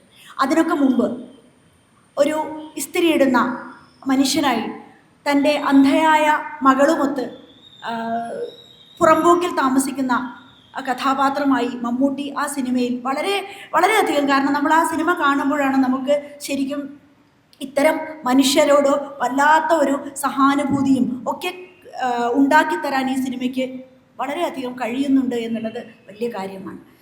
അതോടൊപ്പം തന്നെ വിശ്വാസം എങ്ങനെയാണ് ഒരു മനുഷ്യൻ്റെ പ്രതീക്ഷയാവുന്നത് എന്ന് കൃത്യമായിട്ട് ഈ സിനിമ കാണിച്ചു തരുന്നുണ്ട്. അതുപോലെ തന്നെ നേരത്തെ പറഞ്ഞ പലരും സെല്ലുലോയിഡ് എന്ന സിനിമയെക്കുറിച്ച് പരാമർശിച്ചു. ശരിക്കും കമലിൻ്റെ സിനിമാ ജീവിതത്തെക്കുറിച്ച് പറയുമ്പോൾ ഞാൻ ഏറ്റവും ആദ്യം എടുത്തു പറയാൻ ആഗ്രഹിക്കുന്ന ഒരു സിനിമയാണ് സെല്ലുലോയിഡ്. കാരണം JC ഡാനിയൽ എന്ന സംവിധായകൻ വെറുമൊരു പേരായി മാത്രം അറിയാമായിരുന്ന മലയാളിക്ക് അദ്ദേഹം ഒരു വികാരമായി മാറുന്നത് ഈ സിനിമയോട് കൂടിയിട്ടാണ്. ശരിക്കും മലയാള സിനിമാ ചരിത്രത്തെക്കുറിച്ച് നിരവധി പുസ്തകങ്ങളൊക്കെ ഉണ്ടായിട്ടുണ്ട്. പക്ഷേ ഒരു അഭ്രപാളിയിലൂടെ ഇങ്ങനെയൊരു ചരിത്രം വളരെ വ്യത്യസ്തമായ രീതിയിൽ മലയാളിക്ക് മുമ്പിൽ അവതരിപ്പിച്ചിട്ടുള്ളത് കമലാണ്. ആദ്യകാല സിനിമകളെക്കുറിച്ചും എങ്ങനെയാണ് എന്തൊക്കെ പ്രതിരോധങ്ങളിലൂടെയാണ് സിനിമ വളർന്നു വലുതായി ഇന്നത്തെ നിലയിലെത്തിയതെന്നും PK റോസി എന്ന ആദ്യ നായികയെക്കുറിച്ചും വിനു ഇബ്രഹാമിൻ്റെ നഷ്ടനായിക എന്ന നോവലൊക്കെ ശ്രദ്ധിക്കപ്പെടുന്നത് എനിക്ക് തോന്നുന്നു സെല്ലുലോയിഡ് വന്നതിന് ശേഷമാണ്. അതുപോലെ തന്നെ ചേലങ്കോട്ടെ ഗോപാലകൃഷ്ണൻ്റെ മലയാള സിനിമയുടെ ചരിത്രം എന്ന പുസ്തകം, അതുപോലെ തന്നെ സിനിമയുടെ പിന്നാമ്പുറത്തുള്ള നിരവധി കളികളെക്കുറിച്ചും ഒക്കെ വളരെ വളരെ സത്യസന്ധമായിട്ട് ഈ സിനിമ തുറന്നു കാണിക്കുന്നുണ്ട് എന്ന് നമുക്ക് കാണാം. അതുപോലെ തന്നെ പലതരത്തിലുള്ള പ്രണയങ്ങളെ എത്ര വ്യത്യസ്തമായിട്ടാണ് കമൽ വിവാഹേതര പ്രണയങ്ങളെക്കുറിച്ചും വിവാഹത്തിന് മുമ്പുള്ള പ്രണയങ്ങളെക്കുറിച്ചും ദമ്പതികളുടെ പ്രണയത്തെക്കുറിച്ചും ഒക്കെ പല സിനിമകളിലൂടെ മേഘമൽഹാർ, പെരുമഴക്കാലം, നിറം തുടങ്ങി എടുത്തു പറഞ്ഞാൽ ഒരുപാട് സിനിമകളുണ്ട്. പെരുവണ്ണാപുരത്തെ വിശേഷങ്ങൾ, ഇതിലൊക്കെ പലതരത്തിലുള്ള പ്രണയങ്ങളെ എത്ര വ്യത്യസ്തമായിട്ടാണ് കമൽ അവതരിപ്പിച്ചിരുന്നത് കാണാം. അതുപോലെ തന്നെ കുട്ടികളുടെ പ്രശ്നങ്ങൾ, പിഞ്ചു കുട്ടികൾ മുതൽ വിവിധ പ്രായങ്ങളിലുള്ള കുട്ടികൾ എങ്ങനെയൊക്കെ സമൂഹത്തിൽ എന്തൊക്കെ ഒറ്റപ്പെടലുകളിലൂടെയാണ്, അന്യതാബോധങ്ങളിലൂടെയാണ് കടന്നു പോകുന്നത് എന്ന് വളരെ ഹൃദയസ്പർശിയായ രീതിയിൽ കമൽ അവതരിപ്പിക്കുന്നുണ്ട്. കാക്കോത്തിക്കാവിലെ അപ്പൂപ്പത്താടികൾ, കിഡ്നാപ്പ് ചെയ്യപ്പെട്ട് പോകുന്ന പെൺകുട്ടി എങ്ങനെ നാടോടികളുടെ ഇടയിൽ വളരുന്നു, പിന്നീട് ആ ഒരു സംസ്കാരത്തിൽ എങ്ങനെ ഒരു പെൺകുട്ടി വളർന്നു വലുതാവും തുടങ്ങിയ കാര്യങ്ങൾ വളരെ ഹൃദയസ്പൃക്കായ രീതിയിൽ അദ്ദേഹം അവതരിപ്പിക്കുന്നുണ്ട്. പിന്നെ കുടുംബത്തിനുള്ളിലെ പ്രശ്നങ്ങൾ മൂലം അച്ഛനില്ലായ്മ, അമ്മയില്ലായ്മ തുടങ്ങിയ പല പ്രശ്നങ്ങളിലും കുട്ടികൾ എങ്ങനെ കുടുംബത്തിനുള്ളിൽ ഒറ്റപ്പെടുന്നു എന്ന് കാക്കോത്തിക്കാവിലെ അപ്പൂപ്പൻതാടികളിൽ വളരെ കൃത്യമായിട്ട് പറഞ്ഞു പോകുന്നുണ്ട്. അതുപോലെ മഞ്ഞുപോലൊരു പെൺകുട്ടി എന്ന സിനിമയിലും ഇതേപോലെ കുടുംബത്തിനുള്ളിൽ ഒറ്റപ്പെടൽ അനുഭവിക്കുന്ന, പീഡനം അനുഭവിക്കുന്ന പെൺകുട്ടിയുടെ മാനസിക വ്യഥകൾ വളരെ ഹൃദയസ്പർശിയായ രീതിയിൽ അദ്ദേഹം അവതരിപ്പിക്കുന്നുണ്ട്. അതുപോലെ പൂക്കാലം വരവായി എന്ന സിനിമയിൽ സെപ്പറേറ്റഡ് ആയ മാതാപിതാക്കൾ ഉള്ള കുടുംബങ്ങളിലെ കുട്ടികൾ, പിഞ്ചു കുട്ടികൾ എങ്ങനെ ആ ഒരു അവസ്ഥയെ തരണം ചെയ്യുന്നു, അവർ വളരെ കംഫർട്ടബിൾ ആയിട്ടുള്ള മറ്റ് മേഖലകളിലേക്ക് എങ്ങനെ എത്തിപ്പെടുന്നു എന്നുള്ളതൊക്കെ ഒരു പിഞ്ചു കുട്ടിയുടെ ഒരു മാനസിക പ്രശ്നങ്ങളിലൂടെ കമൽ നമുക്ക് മുന്നിൽ അവതരിപ്പിച്ചിട്ടുണ്ട്. ഇതുപോലെ നിരവധി മനുഷ്യരുടെ, സാധാരണക്കാരായ മനുഷ്യർ എങ്ങനെയൊക്കെയാണ്, എന്തൊക്കെ ബുദ്ധിമുട്ടുകളാണ് സമൂഹത്തിൽ അവതരിപ്പിക്കുന്നത്, ഇവിടെയുള്ള സിസ്റ്റത്തിൻ്റെ പ്രത്യേകതകൾ എന്തൊക്കെയാണ്, പലതരത്തിലുള്ള അധികാര ഘടകങ്ങളുടെ അടിച്ചേൽപ്പിക്കൽ കമൽ സിനിമകളിലൂടെയൊക്കെ വളരെ ആസ്വാദ്യകരമായ രീതിയിൽ, അതായത് വളരെയധികം ഉള്ളിൽ തട്ടുന്ന രീതിയിൽ കമൽ അവതരിപ്പിക്കുന്നുണ്ട്. സാമ്പത്തികമായ അധികാരം, ലിംഗാധികാരം, ബൗദ്ധികമായ അധികാരം, പ്രണയത്തിൻ്റെതായ അധികാരം തുടങ്ങിയ പലതരത്തിലുള്ള അധികാര ഘടകങ്ങളുടെ അടിച്ചേൽപ്പിക്കലുകൾ എങ്ങനെയൊക്കെ മലയാളി സമൂഹത്തിൽ അനുഭവിക്കേണ്ടി വരുന്നു എന്ന് വളരെ എന്താ പറയുക, ഇത്രയും വർഷങ്ങളായിട്ട് ഒരു ഏകദേശം 40ഓളം വർഷങ്ങളായുള്ള തൻ്റെ സിനിമാ ജീവിതത്തിൽ നിരവധി കഥാപാത്രങ്ങളിലൂടെ, നിരവധി സിനിമകളിലൂടെ അവതരിപ്പിച്ചു എന്നുള്ളതാണ് കമൽ എന്ന സംവിധായകൻ്റെ എന്താ പറയുക ജനപ്രിയതയ്ക്ക് വലിയൊരു ഘടകമായിട്ട് വർത്തിക്കുന്നത് എന്നാണ് എനിക്ക് തോന്നുന്നത്. ഇത്രമാത്രം. ഞാൻ സിനിമയെക്കുറിച്ച് കൂടുതൽ ആധികാരികമായി സംസാരിക്കാൻ ആളല്ല. സിനിമ കാണുന്നു, സിനിമയെ ഇഷ്ടപ്പെടുന്നു എന്നല്ലാതെ അതിനെ കൂടുതലായിട്ട് സിനിമയുടെ സാങ്കേതിക വശങ്ങളെക്കുറിച്ച് പറയാൻ ആളല്ല. അതുകൊണ്ട് തന്നെ ഇത്രമാത്രം പറഞ്ഞുകൊണ്ട് നിർത്തുന്നു. അതോടൊപ്പം ഇങ്ങനെയൊരു പരിപാടിയിലേക്ക് എന്നെ പരിഗണിച്ച കൊച്ചി മെട്രോ ഫിലിം സൊസൈറ്റിയുടെ സംഘാടകരോടും ഉള്ള നന്ദിയും അറിയിക്കട്ടെ. നന്ദി ഡോക്ടർ ദീപ. ഈ കമൽ ചിത്രങ്ങളിൽ പ്രണയം, എത്ര ടൈപ്പ് പ്രണയം ഉണ്ടെന്ന് അറിയണമെന്നുണ്ടെങ്കിൽ കമൽ സാറിൻ്റെ ഓരോ ചിത്രങ്ങളും കണ്ടു കഴിഞ്ഞാൽ മനസ്സിലാക്കും. അതേ രൂപത്തിലാണ് ഓരോ ചിത്രങ്ങളിലും പ്രണയം ഉൾപ്പെടുത്തിയിട്ടുള്ളത്. ഇന്നത്തെ ഈ സെമിനാർ ഇവിടെ അവസാനിക്കുന്നതിന് മുമ്പായി നന്ദി പറയുന്നതിനായി അഡ്വക്കേറ്റ് വിജി മെട്രോ ഫിലിം സൊസൈറ്റിയെ ക്ഷണിച്ചുകൊള്ളുന്നു. നമസ്കാരം. മെട്രോ ഫിലിം സൊസൈറ്റിയുടെ 2ാമത് ഇടപ്പള്ളി ചലച്ചിത്രോത്സവമാണ് ഇന്ന് ഉദ്ഘാടനം ചെയ്യപ്പെട്ട് നമ്മൾ നടത്തുന്നത്. ഇന്നു മുതൽ 31-ാം തീയതി വരെയാണ് നമ്മൾ ഫെസ്റ്റിവൽ നടത്തുന്നത്. ഏകദേശം പല മേഖലയിലുള്ള 15ഓളം സിനിമകൾ നമ്മൾ നടത്തുന്നുണ്ട്. ഇതിൽ ഹൈലൈറ്റായിട്ട് നമ്മൾ പ്രശസ്ത സംവിധായകൻ കമലിൻ്റെ 40-ാം സിനിമാ ജീവിതത്തെ നമ്മൾ കൂടി ആഘോഷിക്കുന്നു. അതാണ് നമ്മുടെ പ്രധാനപ്പെട്ട ഫെസ്റ്റിവലിൻ്റെ പ്രധാനപ്പെട്ട കാര്യമായിട്ട് നമ്മൾ ഉയർത്തി കാണിക്കുന്നത്. ഇന്നത്തെ നമ്മുടെ ഈ വിഷയത്തിൽ ജനപ്രിയതയും കലാമൂല്യവും കമൽ സിനിമകളിൽ എന്നെ സംബന്ധിച്ചുള്ള സെമിനാറാണ് ഇവിടെ നടന്നത്. ഇതിൻ്റെ ഉദ്ഘാടനം ചെയ്തത് പ്രശസ്ത സംവിധായകനും നമുക്ക് പ്രിയപ്പെട്ടവനുമായ ലാൽ ജോസ് സാറാണ്. അദ്ദേഹം നമുക്ക് ഈ കമൽ സിനിമകളോടനുബന്ധിച്ച് നടത്താവുന്ന ആ ഒരു ക്രൈറ്റീരിയയിലേക്ക് വരുന്ന സിനിമകളാണ് അദ്ദേഹം നമുക്ക് തന്നിട്ടുള്ളത്. നമ്മളുടെ ക്ഷണം സ്വീകരിച്ച് ഇവിടെ ഈ സെമിനാർ ഉദ്ഘാടനം ചെയ്യാൻ വന്ന പ്രിയപ്പെട്ട ലാൽ ജോസ് സാറിന് മെട്രോ ഫിലിംസിൻ്റെ പേരിലും ചങ്ങമ്പ് സാംസ്കാരിക കേന്ദ്രത്തിൻ്റെ പേരിലും പ്രത്യേകം നന്ദി രേഖപ്പെടുത്തുന്നത്. ഇതിലെ അധ്യക്ഷനായിട്ട് മെട്രോ ഫിലിം സൊസൈറ്റിയുടെ ശിവഗോവിന്ദനാണ്. അദ്ദേഹത്തിനും ഔപചാരികരുടെ പേരിൽ നന്ദി രേഖപ്പെടുത്തുകയാണ്. സ്വാഗതം ആശംസിച്ച പത്മകുമാർ മെട്രോ ഫിലിം സൊസൈറ്റി നന്ദി രേഖപ്പെടുത്തുന്നു.